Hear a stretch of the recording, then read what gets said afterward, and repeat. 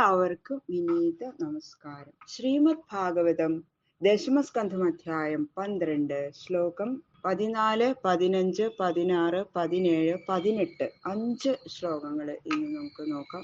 ഭഗവാന് കുട്ടികളെ കൊല്ലാൻ തന്നെ തീരുമാനിച്ച് അഘാസുരൻ വലിയൊരു പെരുമ്പാമ്പായിട്ട് അവിടെ അങ്ങനെ കിടക്കുകയാണ്. അവര് വരണ വഴിയില് പെരുമ്പാമ്പിന്റെ ആ ഭീകരത രൂപം വർണ്ണിക്കണു അടുത്ത ശ്ലോകങ്ങളില്. ഓം നമോ ഭഗവതേ വാസുദേവായ കൃഷ്ണായ വാസുദേവായ ഹരയേ പരമാത്മനെ പ്രണതക്ലേശനാശായ ഗോവിന്ദായ നമോ നമഃ. ഓം നമോ ഭഗവതേ വാസുദേവായ. ഓം നമോ ഭഗവതേ വാസുദേവായ. ഓം നമോ ഭഗവതേ വാസുദേവായ. ശ്ലോകം 14. ദൃഷ്ട്വാർഭകാൻ കൃഷ്ണമുഖാൻ അഘാസുര കംസാനുശിഷ്ടഃ സ ഭഗീവഗാനുജ അയം തു മേ സോദരനാശകൃത്തയോ ദ്വയോർമമൈനം സബലം ഹനിഷ്യേ. കൃഷ്ണമുഖാൻ കൃഷ്ണൻ മുതലായ അർഭകാൻ കുട്ടികളെ ദൃഷ്ട്വാ കണ്ടിട്ട് കംസാനുശിഷ്ട കംസനാൽ പ്രേരിപ്പിക്കപ്പെട്ടതും ഭഗീവഗാനുജ പൂതനയുടെയും ബകാസുരന്റെയും അനുജനുമായ സ അഘാസുര ആഘാസുരൻ അയം തു ഇവൻ തന്നെ മേ എന്റെ സോദരനാശകൃത്ത് സോദരരെ നശിപ്പിച്ചവൻ മമ എന്റെ തയോദ്വയോഹോ ആ രണ്ടുപേരുടെ സന്തോഷത്തിനായി സബലം ബലനോടുകൂടിയ ഏനം ഇവനെ ഹനിഷ്യേ കൊല്ലുന്നു. ഈ അഘാസുരൻ ഈ ശ്രീകൃഷ്ണനെയും കുട്ടികളെയൊക്കെ കൊല്ലാൻ പ്രവർത്തിച്ച ഉപായം 3 ശ്ലോകങ്ങൾ കൊണ്ട് പറയാണ്. ഈ അഘാസുരനെ കംസനാണ് കൃഷ്ണനെ കൊല്ലാൻ വേണ്ടി അയച്ചിരിക്കുന്നത്. എത്രയോ അസുരന്മാരെ ഇങ്ങനെ വഴിക്ക് വഴി അയച്ചുകൊണ്ടിരിക്കുക. എല്ലാവരും മോക്ഷം പ്രാപിച്ചു പോകുന്നുണ്ട്. പിന്നെയും കംസൻ അയക്കണം. കംസൻ ഇങ്ങനെ പേടിയല്ലേ ഉള്ളില്. പക്ഷെ ഈ അഘാസുരന് ബാക്കിയുള്ളവരൊക്കെ കംസനെ പേടിച്ചിട്ടാ പോന്നിരുന്നത്. ഈ അഘാസുരനെ ശരിക്കും എന്താന്ന് വെച്ചാ ശ്രീകൃഷ്ണനോട് ഒരു വൈരം തന്നെയുണ്ട്. എന്താ വെച്ചാ ഇവൻ പൂതനയുടെയും ബകാസുരന്റെയും അനിയനാ. അപ്പൊ അവര് രണ്ടുപേരെയും കൊന്നില്ലേ, അപ്പളെ തീരുമാനിച്ചതാണ് അവനെ ഞാൻ കൊല്ലും എന്ന്. ആ രണ്ടുപേരെയും കൊന്നവൻ ഈ കൃഷ്ണനാണ്. അതുകൊണ്ട് ശ്രീകൃഷ്ണനെ അവന്റെ കൂട്ടുകാരായ ഗോപാലന്മാരോടുകൂടും ബലരാമനോടും കൂടി തന്നെ ഞാൻ കൊല്ലും. ഇവനെ മാത്രല്ല, ഈ കൃഷ്ണനെ മാത്രല്ല, കൃഷ്ണന്റെ കൂട്ടുകാരെയും ബലരാമനെയും കൂടി കൊല്ലണം എന്നൊക്കെയാണ് അവന്റെ സ്വപ്നം, അവന്റെ മോഹം. അതൊക്കെ അങ്ങനെ വിചാരിച്ചിട്ടാണ് ഇവനെ ഞാൻ കൊല്ലും എന്ന് വിചാരിച്ചിട്ടാണ് വന്നിരിക്കണത്. എന്നിട്ട് അവന്റെ ഭീകര രൂപം വർണ്ണിക്കണു ആ സുരന്റെ. ഏതേയദാ മത്സുഹൃദോസ്തിലാഭ കൃതാസ്തദാ നഷ്ടസമാവ്രജൗകസ പ്രാണേഗതേ വഷ്മസുഖാനുചിന്ത പ്രജാസവ പ്രാണഭൃതോ ഹിയേതേ. അഘാസുരന്റെ ദുഷ്ടചിന്തകളെയാണ് ഈ ശ്ലോകത്തിൽ കാണിക്കണത്. ഈ ശ്രീകൃഷ്ണനെയും ഈ കുട്ടികളെയും ബലരാമനെയും മാത്രം കൊന്നിട്ട് കാര്യമില്ല. വ്രജത്തില് പിന്നെയും കുറെ കുട്ടികളുണ്ടല്ലോ, കൃഷ്ണന്റെ കൂട്ടുകാരായിട്ട് കുറെ പേരുണ്ട്. അവരെയൊക്കെ എങ്ങനെ കൊല്ലുക? അപ്പൊ ആ ശ്രീകൃഷ്ണൻ കൊന്നുകൊണ്ടല്ലോ എന്റെ സഹോദരന്മാരെ. അവരെയൊക്കെ തൃപ്തിപ്പെടുത്താൻ ഇവനെയും ഇവന്റെ ചങ്ങാതിമാരായ ഈ കുട്ടികളെയും ഞാൻ കൊല്ലുന്നുള്ളത് തീർച്ച. ഇവരെ കൊന്നാൽ തന്നെ അവര് തൃപ്തിപ്പെടും എന്നങ്ങോട്ട് പിന്നെ അങ്ങോട്ട് തീരുമാനിച്ചു. ഞാൻ ഇവരെയും ഈ കുട്ടികളെയും ഈ ശ്രീകൃഷ്ണനെയും അവന്റെ ഏട്ടൻ ബലരാമനെയൊക്കെ കൊന്നു കഴിഞ്ഞാൽ പിന്നെ വ്രജത്തിലുള്ളവരൊക്കെ നശിച്ചതിന് തുല്യമായി. പിന്നെ ഇനി വേറെ ആരെയും കൊല്ലേണ്ട കാര്യമൊന്നുമില്ല എന്ന് അവൻ തന്നെ വിചാരിക്കാം. അവരെയൊക്കെ നശിപ്പിക്കാൻ പിന്നെ വേറെ പരിശ്രമമൊന്നും ആവശ്യമില്ല. എന്തുകൊണ്ടെന്നാൽ പ്രാണനുള്ള സകലർക്കും അവരുടെ പ്രാണഭൂതന്മാരെ സന്താനങ്ങളാണ്. അത്രയും പ്രാണനെ പോലെയാണ് ഇവരെ സ്നേഹിക്കുന്നത്. ഈ കുട്ടികളെയൊക്കെ കൊന്നാൽ അവരുടെ മാതാപിതാക്കന്മാരുടെ പ്രാണനെ മുഴുവൻ നശിപ്പിച്ചതിന് തുല്യായി.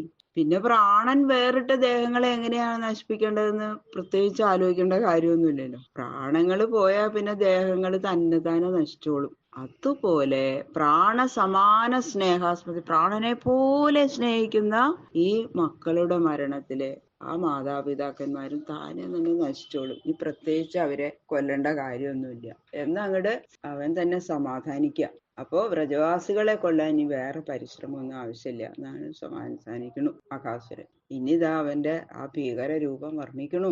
ഇതി വ്യവസ്യാജകരം ബൃഹദ്വപു സയോജനായാമമഹാദ്രിപീവരം ധൃത്വാത്ഭുതം വ്യാപ്തഗുഹാനനം തദാ പഥിവ്യശേത ഗ്രസനാശയാഖല. അങ്ങനെ ആ ദുഷ്ടൻ ശ്രീകൃഷ്ണാദികളെ ഒന്നായി വിഴുങ്ങണം എന്നുള്ള ആശ കൊണ്ട് അതിനനുകൂലമായ വലിപ്പമുള്ള വലിയൊരു പെരുമ്പാമ്പിന്റെ വേഷം അങ്ങോട്ട് എടുത്തു. എന്നിട്ട് കണ്ണനും കൂട്ടുകാരും ഒക്കെ ആ നടക്കണ വഴിയിൽ അങ്ങോട്ട് കിടക്കുകയാണ് അവൻ.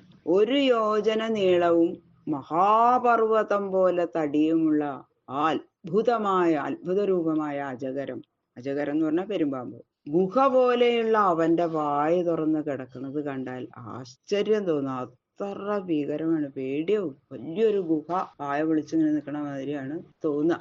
ധരാധരോഷ്ട്രോ ജലദോത്തരോഷ്ഠോ ദര്യാനനാന്തോ ഗിരിശൃംഗദംഷ്ട്ര ധ്വാന്താന്തരാസ്യോ വിദധാധ്വജിഹ്വ പരുഷാനില ശ്വാസദവേക്ഷണോഷ്ണ.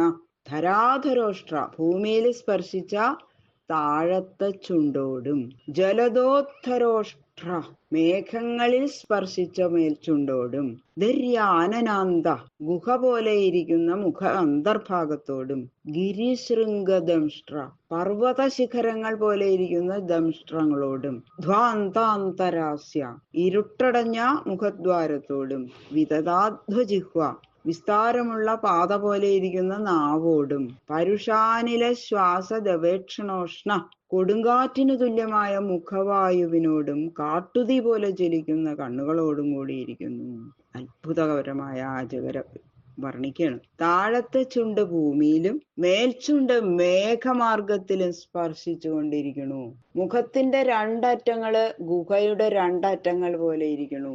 വായിനുള്ളിലുള്ള ദംഷ്ട്രകള് പർവ്വത ശിഖരങ്ങൾ പോലെ ഉന്നതങ്ങളായിരിക്കുന്നു.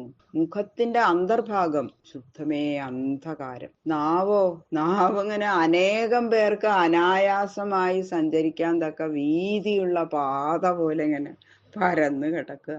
മുഖത്തിൽ നിന്നിങ്ങനെ പുറപ്പെടുന്ന ശ്വാസം കൂട്ടുംകാറ്റ് പോലെ ഘോരമായിരിക്കുന്നു. കാട്ടുതീ ജ്വലിക്കുന്നത് പോലെയുള്ള കണ്ണുകള് ഏറ്റവും ഇങ്ങനെ ചൊക്കച്ചൊക്കാന്ന് ഇങ്ങനെ തുടുത്തിരിക്കുക.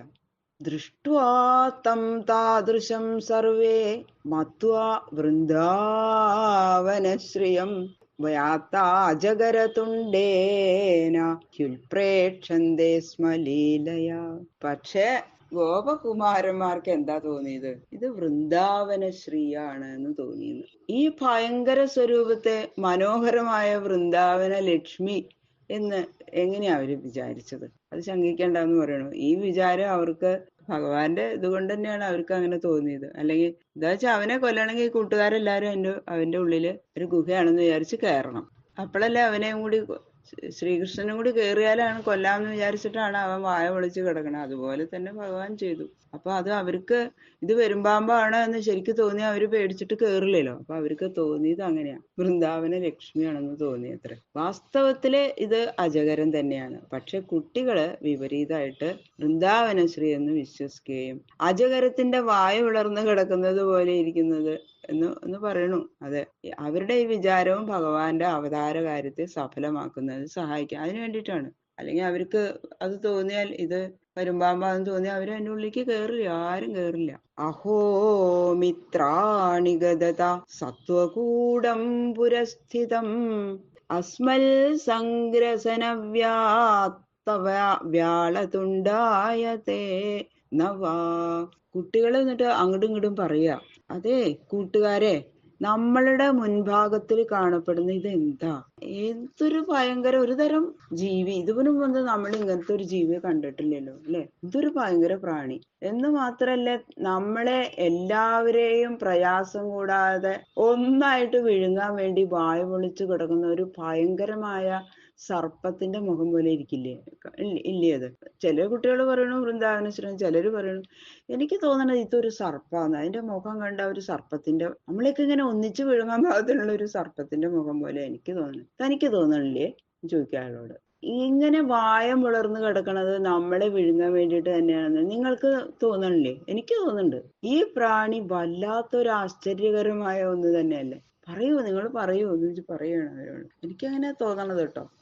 അങ്ങനെ ഓരോരുത്തരും ഓരോ തരത്തില് ഈ അജഗരത്തിനെ അങ്ങനെ വർണ്ണിച്ചുകൊണ്ടിരിക്കണം. അവസാനം അതിൻ്റെ ഉള്ളിലേക്ക്, ആ പെരുമ്പാവിന്റെ വായലേക്ക്, ആ ഗുഹയിലേക്ക് കയറണ മാതിരി അങ്ങോട്ട് കയറുകയും ചെയ്യുകയാണ്. ബാക്കിയുള്ള ശ്ലോകങ്ങള് നാളെ നോക്കാം. സർവത്ര ഗോവിന്ദ നാമ സങ്കീർത്തനം, ഗോവിന്ദ ഗോവിന്ദ ഗോവിന്ദ.